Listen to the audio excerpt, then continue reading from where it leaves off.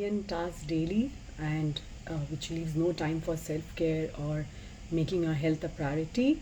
My name is Anandita and I'm about to share with you some ways that you can maximize your health in the time that you have. I'm a functional medicine certified health coach and a practitioner, and I help women with autoimmune conditions reverse their symptoms with their bodies as their guide. Here is what many women do.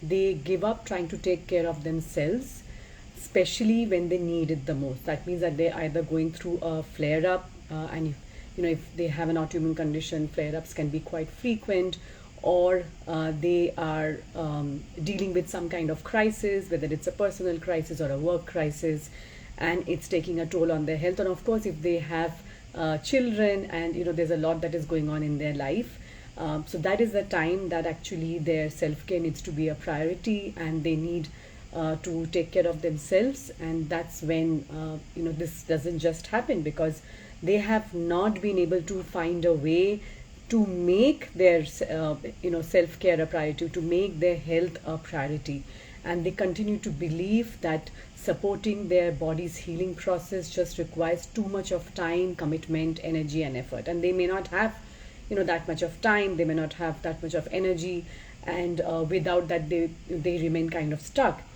But here's what happens if you don't take out the time to take care of yourself, even when you're not sick, even when you're not going through a flare up, even when you're not going through a crisis. Actually, that's the best time to put in place certain micro practices, and I call them micro for a reason, because they're tiny baby steps that you can take every single day, no matter how busy you are. It can fit into your coffee breaks, it can fit into your tea breaks, whether it's 5 minutes or 10 minutes or 15 minutes or even 50 minutes a day.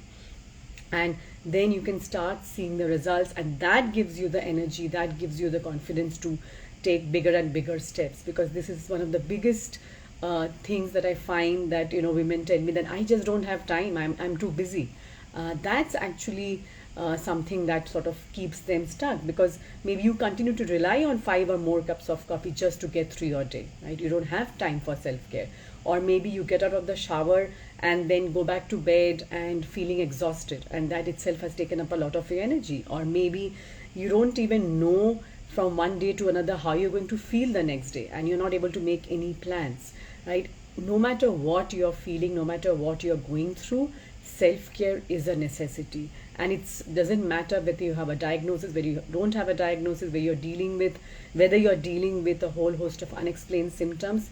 Putting on your own oxygen mask first is extremely important. It is the most it is a radical self-care. I don't think self-care is also enough in today's fast-paced world that we live in. It's in fact radical self-care, where you actually may be going against many of the society norms in order to make yourself a priority. It's not always about the time, it is about making it making the time, making it important enough. And in fact, this I learned firsthand when many years ago a daughter was dealing with a severe health crisis, severe eczema, and so for many years she was on medications, not able to sleep at night, trying out different things, just trying to get through the day was a big thing for me personally, and not able to sleep at night because she couldn't sleep at night. So it was a very, very hard time, and I was completely overwhelmed trying to take care of her. She was just 6-7 years old, and my 3-year-old son, and keep the family together. It was a very, very hard time, and she was hospitalized for a while, and I've talked about this earlier. And when she came back home, I was determined to find a solution, a long-term solution for her. And I was desperately searching, doing some research on alternative, approaches, treatments, what were the things that we could do. And I was sort of exhausted trying to figure all that out. And then I found that I could make certain changes in the diet, but it was a complete experiment. But I soon realized that if I wanted to help her, I would need to take care of my health at that time. And I started small, like a few small breaks during the day, like just taking a real break, not sort of rushing through. If I wanted to have a cup of tea or coffee, it was actually to sit down even for those 5-10 minutes and enjoy that cup of tea or coffee. And I started journaling at that time because there were so many negative thoughts, so many worry, anxiety about the future, about her future, about our family's future.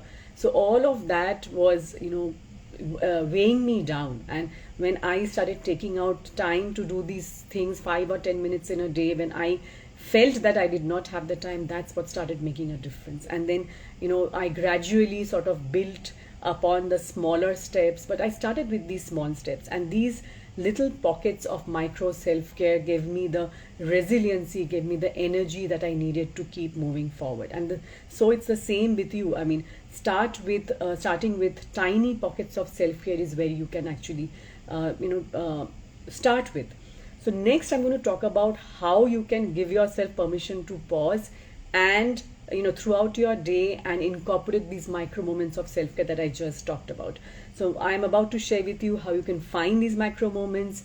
And my name is Anindita. I'm a functional medicine certified health coach and practitioner, and today I'm talking about maximizing health with minimal amount of time. That means that you personalize your self-care routine based on your unique body's requirements, your family, your environment, your situation, right? That's the important thing. This is in fact based on a model that I use inside my coaching program, Healing from Within. It's for women with autoimmune conditions, helping them to reverse their symptoms, find ways to conquer their fluctuating symptoms, unpredictable symptoms, with their own bodies as their guide. And this is done by making the self-care a priority. And in fact, I use one of the three models is the CARE model, CARE, that I use in my program. And I'm going to share the first step that you can take from that model today. C stands for create an empowering self-care plan. A stands for access your inner wisdom and guidance. R stands for replenish and restore balance. E stands for embrace stress with ease and softness. I'm not going to go through all of that. It can become quite overwhelming and confusing. I'm going to share with you the first step, or C, create an empowering self-care plan, and what are some of the very, very small things that you can start even today, even right now. So these are my top 5 recommendations for pausing during the day. So the first thing that you have to start with is giving yourself the permission to pause.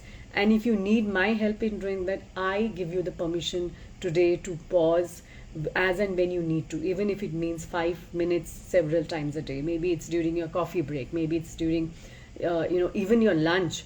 A lot of times we just rush through because we have so much of work to finish, or we have to pick up our children from school, and it's so many responsibilities that as women we are constantly juggling. But I give you the permission to pause and take out time for these micro moments of self-care, whether it's 5 minutes or 10 minutes or 15 minutes, and then start building on them. And I'm going to share with you now, they are my top 5 recommendations. The easiest one I find, and the most enjoyable one for me personally, is to enjoy your favorite beverage. This can be done again every time in the day, so whether it's your coffee or tea, just taking out time to enjoy that, sip, smell the aroma, look at what the beverage actually looks like, whether it's your coffee or your tea, just taking out time to enjoy that. Second would be to write in your journal. Again, just jot down your thoughts, your worries, whatever is going through your mind, and see how that sort of helps you feel lighter, because you're sort of unburdening and just dumping all of this on paper. It makes a huge difference. So just by doing this will make you feel much lighter. Read. The third step is, the third way that you can do is read. And when I talk about read, while it's my favorite way of relaxing, I typically ask my clients, even if they're not avid readers, to read something that inspires them, to read something that motivates them, to uplifts them, that kind of reading. I'm not talking about newspaper, of course, but also you can listen to audiobooks or podcasts if reading is not your thing. The fourth thing would be breathe, right? Simple thing as breathing. We are breathing throughout the day, you're breathing throughout the day, but just taking a moment or two to pause and just notice your breathing, that itself moves you out of the fight or flight response that we are constantly living in, which helps us to deal with any challenges that come our way. But the true healing and repair happens in the relaxation response, or the rest and digest response. And breathing is one way of activating that rest and digest response, so moving from the fight or flight to the rest and digest. So breathing, And lastly, switching off, right? Set aside some time daily. This is the hardest one for me personally, for no electronic, social media, or work. So consider meditation, consider visualization. Actually, I do that. I do the visualization part of it. I have not really been able to completely switch off otherwise, so I find visualization as a good way. It's this guided visualization that I listen to. If you want to check it out, Lisa Nichols has a brilliant set of visualizations on Mind Valley. I would highly recommend that. Making art, taking a nap, it can be anything, or spending time with your kids or your loved ones, or playing, right? Playing, we play in a family, not a lot as the kids have grown older, but we do try and take time for movies, for karaoke nights, for games. This is also part of self-care. We don't realize that, right? So the five ways that you can take out time and maximize health with minimal time, right? As I said, all of these can fit into your schedule no matter how busy you are. One is enjoying your favorite beverage, second is writing in your journal, third is reading, fourth is breathing, and the last one is switching off. And so the most important thing that you need to remember here is to treat this time as sacred and scheduling it into your calendar. We live in a very, very fast-paced world, and it's very easy for time to just go by. Time will go by whether you take out time for your own health or not, whether you take out time for your family or not. So make a commitment to yourself, and remember to make this appointment with yourself non-negotiable. It's the same thing that you would do for your child's, maybe an appointment with your child's school principal. You would take out time for that. So make sure that you're taking out time for your own health, and using these five steps. I'm going to summarize that in a bit.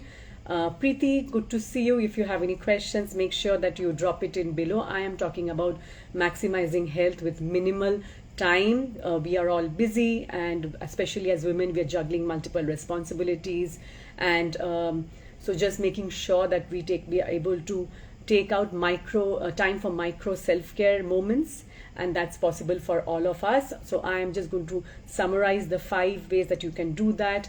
One is enjoying your favorite beverage, second is writing in your journal, third is reading, fourth is breathing, and fifth is switching off, right? These are the very simple ways. So as we wrap up today's session, just remember that integrating effective time efficient practices into your day, into your day-to-day routine is not just about doing more, it's about actually doing better with less. So it's like doing less but better. So find things that make that work for you, for your unique needs, for your situation, and choose these routines that fit seamlessly into your life, right? It's not about what works for me, it is about what works for you. You can actually choose to work with a health coach. Coaches are trained to brainstorm these kind of solutions with their clients. The solution has to come from the client, not from the coach, and or a mentor or somebody, or as a guide who can help you to understand how to do this, and so that you can learn how to optimize your routine and make it work for you. So thank you for joining me today. Remember that your journey to optimal health, actually, even in the middle of a very, very hectic schedule, or when you're going through a crisis and you really don't have much time, it's actually achievable with these micro practices. Tag a friend who needs to see this video today, maybe needs to hear this and just get started on their healing journey. I'll see you soon.